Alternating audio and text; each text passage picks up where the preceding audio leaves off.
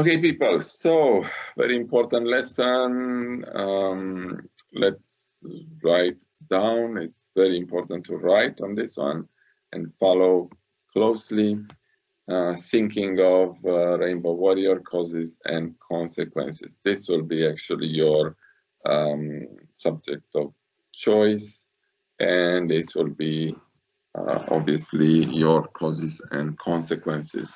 It's very important to do this with me together because you will have to remember everything for this external. As I said to our student parents teachers interview, this is the real measure of you and your studying, and I will respect you a lot if you will achieve this one. And if you'll achieve it even better with merit or excellence, then my respect will go higher, okay? If you don't do this, if you don't bother to come to this, if you don't do well and you fail, you will lose my respect, because that's actually a very important part for me to respect me, to go to both and stay for both and try to do well in both externals. So let's start with this, causes and consequences. You'll have to remember some of this. It's very evenly split, so you'll have clear causes, clear consequences. They'll be split in short-term, long-term, and let's start. So for excellence, because this is what I'm interested in only, you have to comprehensively describe involving showing a thorough understanding of the causes and consequences of an historical event using appropriate supporting evidence. Now, straight to the business, let's write down in our books short-term causes. I would strongly advise you to write with me in the same time, because only by writing you will remember more, okay? So the first thing we study is the short-term causes of the Rainbow Warrior.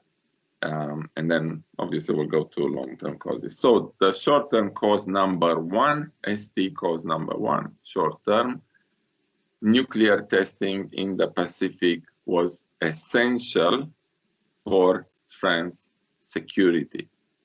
So why these people bombed and sank Rainbow Warrior? Because their nuclear testing should have continued, and they needed to eliminate someone who's very vocal about that. So nuclear testing in the Pacific was essential for France's security. With the same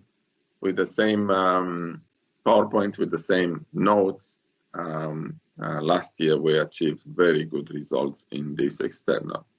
I think, if I remember correctly, 20 of my students out of 24, 25, they passed the exam, and some of them, they got merit and one excellence, which is fantastic. So short-term cause number one, nuclear testing in the Pacific was essential for France's security. The bombing of the Rainbow Warrior was caused by nuclear testing in the Pacific. You can write here, especially in Mururoa Atoll, so we can actually change this, especially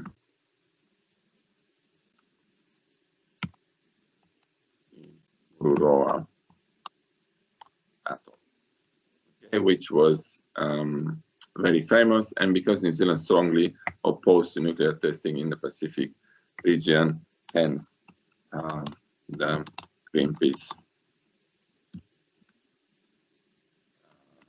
Rainbow Warrior protest. Okay, according to Greenpeace.org, and you can write these kind of things, and the examiners will be absolutely impressed if you write some of the quotes in there. The French government saw its nuclear testing program as essential for France's security. So it's very easy to remember that because they considered this testing so important, This is one of the short-term causes. They decided immediately, okay, let's annihilate this problem. We have a problem. They are too vocal. The Kiwis showed them how to earn respect and stuff like that.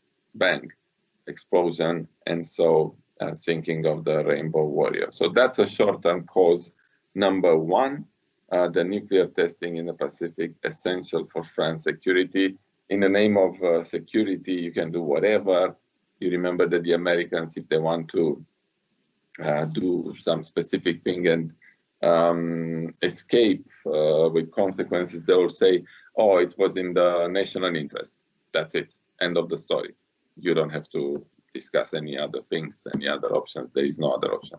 If it's in the interest, in the national interest, there is no if and buts and stuff. Okay, so the French government saw its nuclear testing program as essential for France security. Short-term cause number two, to stop the negative publicity. And actually, this was a big mistake because it actually started an even more dramatic negative publicity towards France because of what happened and what they've done. So according to Greenpeace.org, the official website and a secondary and trusted source of information, the French government saw its nuclear testing programs as essential for France security, but negative publicity about the testing would put pressure on the French government to stop this program. And this was the reason why the French government wanted to stop the Rainbow Warriors' upcoming anti-nuclear protest in Mururoa. So to stop negative publicity, of course, if you have this shorter cause, you will have to expand it in a few sentences, eventually in a good paragraph.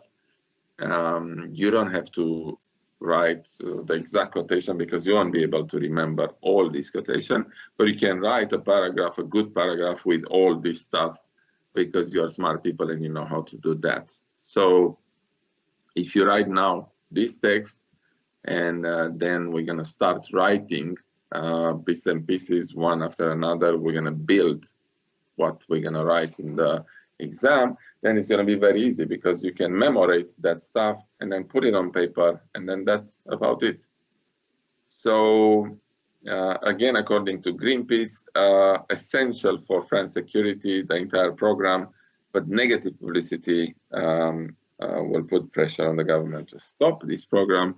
And this was the reason why the French government wanted Rainbow Warrior to go, because they didn't want more protests around Mururoa atoll. So I think that's quite an easy one, and it's very related with the first one, in my opinion. It's not such a big deal to remember all this stuff. Let's go to the next one. Number 3, to stop literally the anti-nuclear protests. And again, you'll have to develop. I cannot give you word by word what you write because we're going to go again. You'll have to produce a piece of work which is your own. And I'm going to ask you to do that, and I'm going to actually check and give you some pointers what to introduce, what to write more, or what to delete, or how to rewrite a little bit, just to make sure that you're going to have a perfect exam. And remember, if you do a perfect exam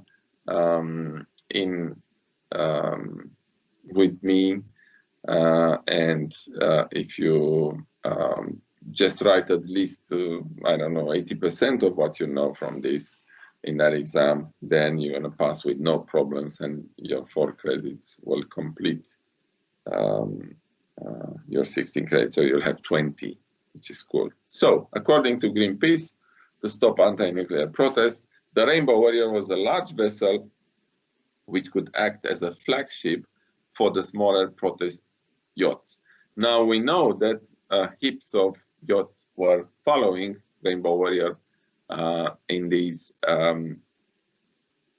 Pacific, I know that Pacific Sea, Pacific Ocean is like very peaceful, hence the name Pacific, which means peaceful in French, believe it or not. And there were heaps of small vessels going after. They wanted to go together with a big vessel like Rainbow Warrior, because just in case they have a problem or something, they could serve themselves on the board of Rainbow Warrior. So let's continue. French vessel, French naval vessels would not be able to intimidate it as easily as the other more fragile yachts, obviously. The Rainbow Warrior could carry large amounts of supplies, which meant that it could protest for a long period of time. They will give supplies to the small ships, and then they will stay there for longer, which will make their protest more relevant. And the communications equipment on board will allow the crew to maintain radio contact with the outside world and send up to the minute reports and photos to international news. And that's exactly what happened. They send this regularly just to make sure that their message is there. And so another short-term cause of the protest, of the sinking, sorry, was to stop anti-nuclear protests. So that's one of the major ones, okay?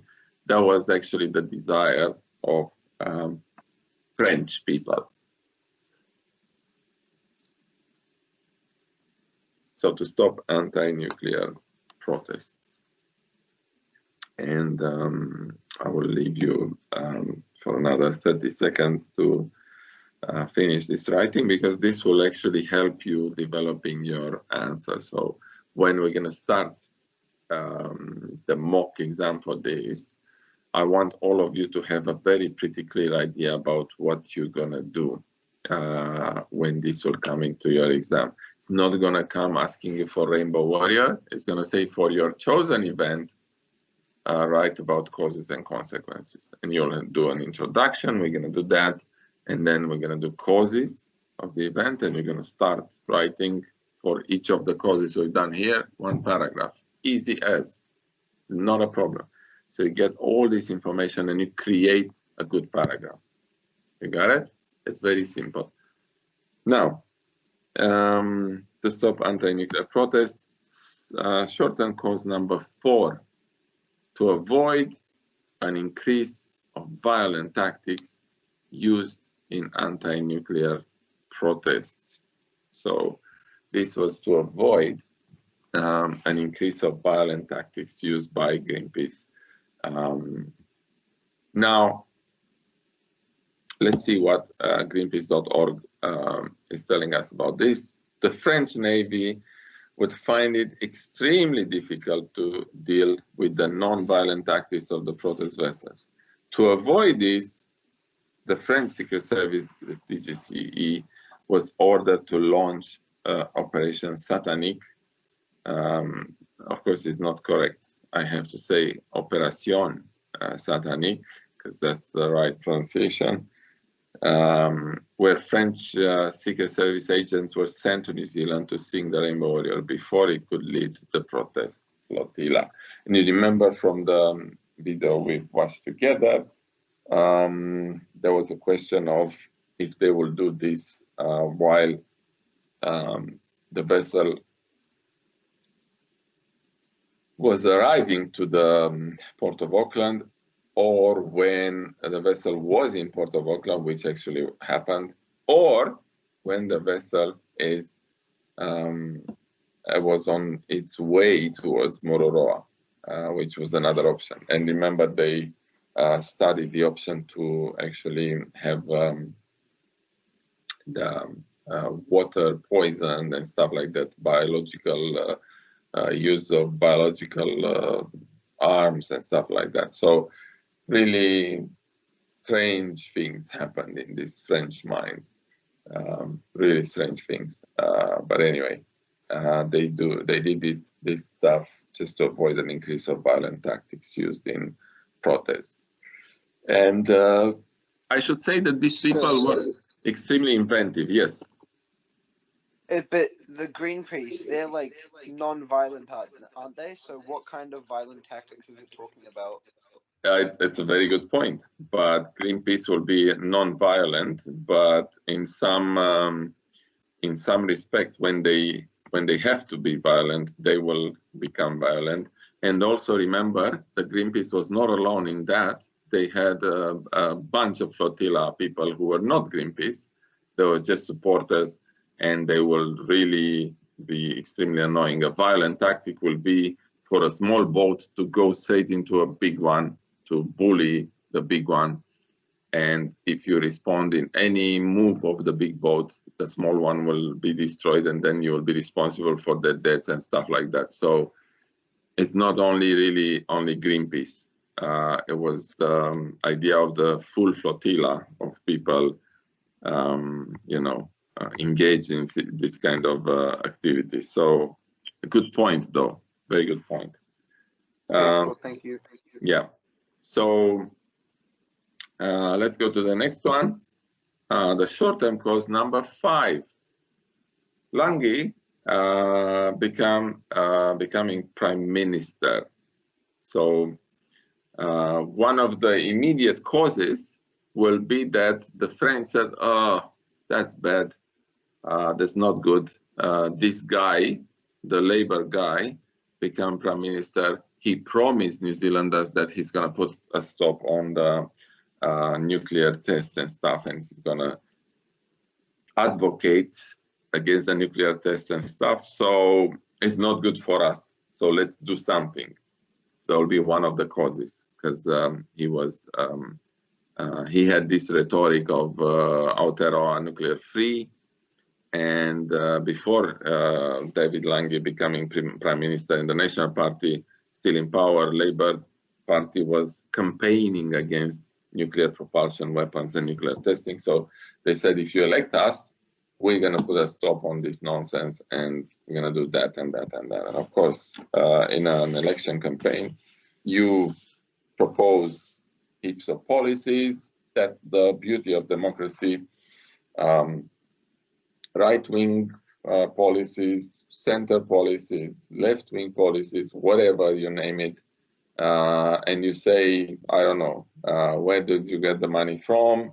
What you're going to do with that, and that, and that. And people will literally choose which one they think is more attractive, which one is not lying, which one is going to do that and stuff, which is very interesting. That's the beauty of democracy. Okay? Now,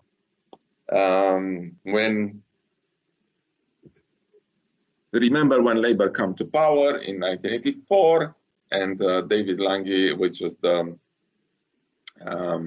leader of Labour Party, obviously he became prime minister. They made it very clear that their intentions were to make New Zealand a nuclear-free country. The moment when they first said this, there was Aotearoa nuclear-free country. This was a popular idea throughout New Zealand, and remember, by the end of that year, nearly 40 towns had declared this as nuclear-free. So, kind of like New Zealand society was ready. New Zealand society was asking for it, because remember, if a party comes to power, that means that the party was voted by the most of the people. Or if a party comes to power and is in coalition with other parties, usually we had only coalitions in the last 20, 30, 40 years, because it's very difficult to raise all the votes for one single party. But if one party is in power in coalition, of course, both or all three or all four, or how many they are in coalition, they should agree about such an important thing. And remember, eventually even National Party agreed that New Zealand should stay nuclear free, which was fantastic, because this is a consensus, and the consensus is very rare to be achieved in a normal functional society. It is very healthy for a society to have these alternates in power. So We've had National Party for 3 mandates, 9 years at least, 4 mandates, 12 years. Then you need alternates in power, and then you have the left in power for a few years, and then again, right will come in power for another few years, and so on.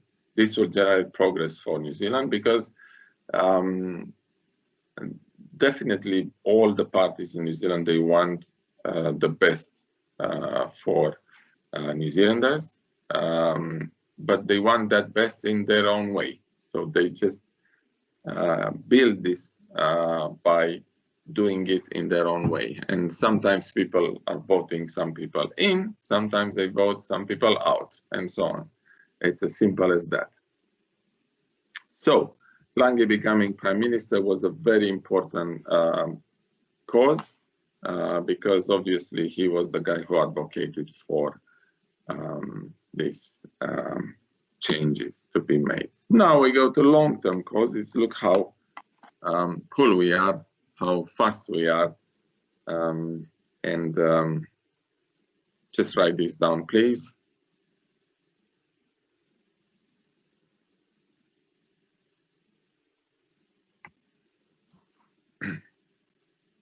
Good. Long-term cause number 1, atomic bombardment of Japanese cities of Hiroshima and Nagasaki. Now, why is this a long-term cause? I will explain to you. A long-term cause, let's write this down, of the Rainbow Warrior bombing was the use of nuclear bombs on the Japanese cities of Hiroshima and Nagasaki in August 1945, 9 and 15. This happened in the final phase of the Second World War, when the war in Europe has concluded with Nazi Germany signing the surrender on May the 8th in 1945, a few days after Hitler committed suicide, or he ran into Argentina, if you like the conspiracy theories. Anyway, why this will be a cause? Because it actually regards both sides. So for French people, they saw this bombardment, they saw this fact as a very important deterrent to use in negotiations. They said, oh, this is so good, because the moment you have the nuclear weapon, people will listen to you. You will have a big, big gun into your hand, and you will kind of persuade the other people that you are strong and you are not, you know, a joke. You mean business. And also for the other people, for New Zealanders, it was like, oh, what the heck, we have this nuclear power, people coming around and stuff. What if they bomb us? What if we're going to be attacked? We all most certainly die. So we don't want this thing around us. So it was a clear cause both ways. A cause for the protests, heaps of protests in the name of stopping the nuclear power going around New Zealand, and heaps of protests of the French people that is in their own interest to do this, and you are not allowed to protest around the atolls because it's not your business what they are doing. So something like that. So the bombardment of Japanese cities of Hiroshima and Nagasaki was important because it showed the power of the nuclear weapons to the world, and it showed the importance of the nuclear weapons to the world. And so French people look into importance, and they said, we want this, we want to be important, and of course to be, you know, kind of respected. And Kiwis, they said, oh, we don't want this around, we don't want to have anything to do with that. So you see antagonistic positions for the same cause, which was atomic bombardment. The atomic bombardment was not necessarily to punish so many people, because heaps of people died in the first minutes, and it was a carnage. It was absolutely horrible what happened in there. in Hiroshima, 80,000 people died in a total over the years, and 40,000 approximately died in the first 6 minutes or something like that from the severe burns and the effects of the atomic bomb. Okay, so cause number 1 continuing.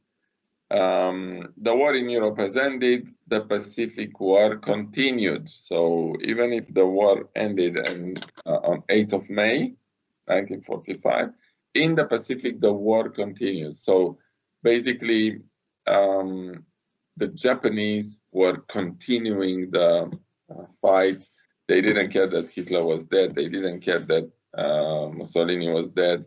Their allies for this, they continued the war with the same kind of strength.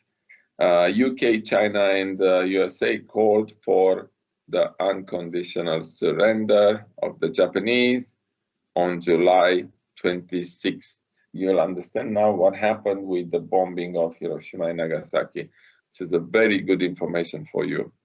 So UK, China, and the United States, different interests, different problems involving the atomic bombs. Remember, UK, they wanted to maintain the status quo and to continue their trading activities. China hated Japan. It's a traditional rivalry between these two countries. Of course, it is because of what happened in 1931 when the Japanese invaded Manchuria. That's southeastern, very rich part of China. They invaded and they put in there a former emperor, which was puppeteer from Tokyo. So really, China was against any Japanese thing, and the United States, obviously, they didn't want to continue this war, and they wanted to finish the war. Also, the United States, they had debt to pay, and that debt was kind of, it's better put in words, in 2 words: Pearl Harbor.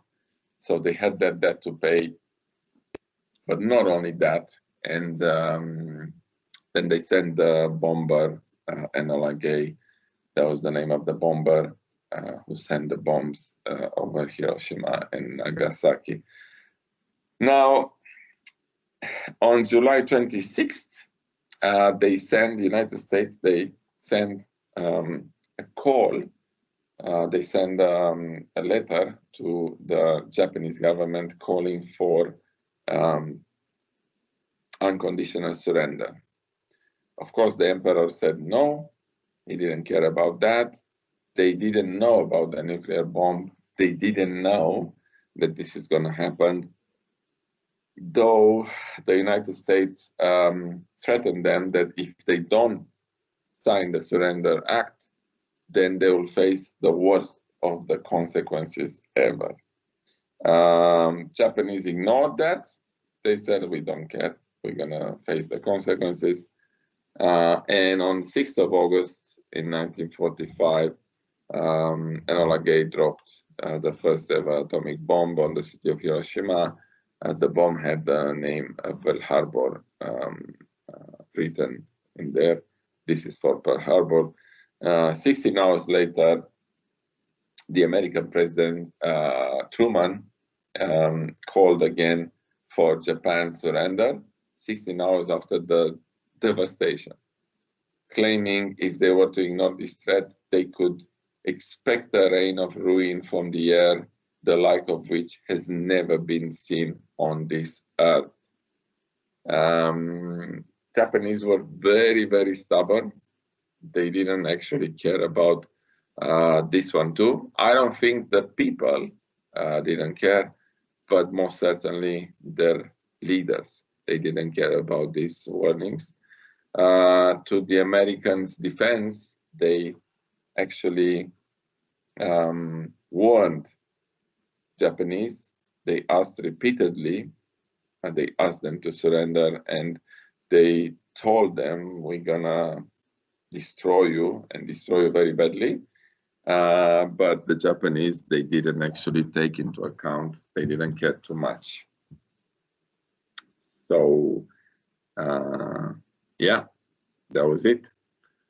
And then that's about it. So we're gonna stop here because we're gonna take the short-term consequences the next time.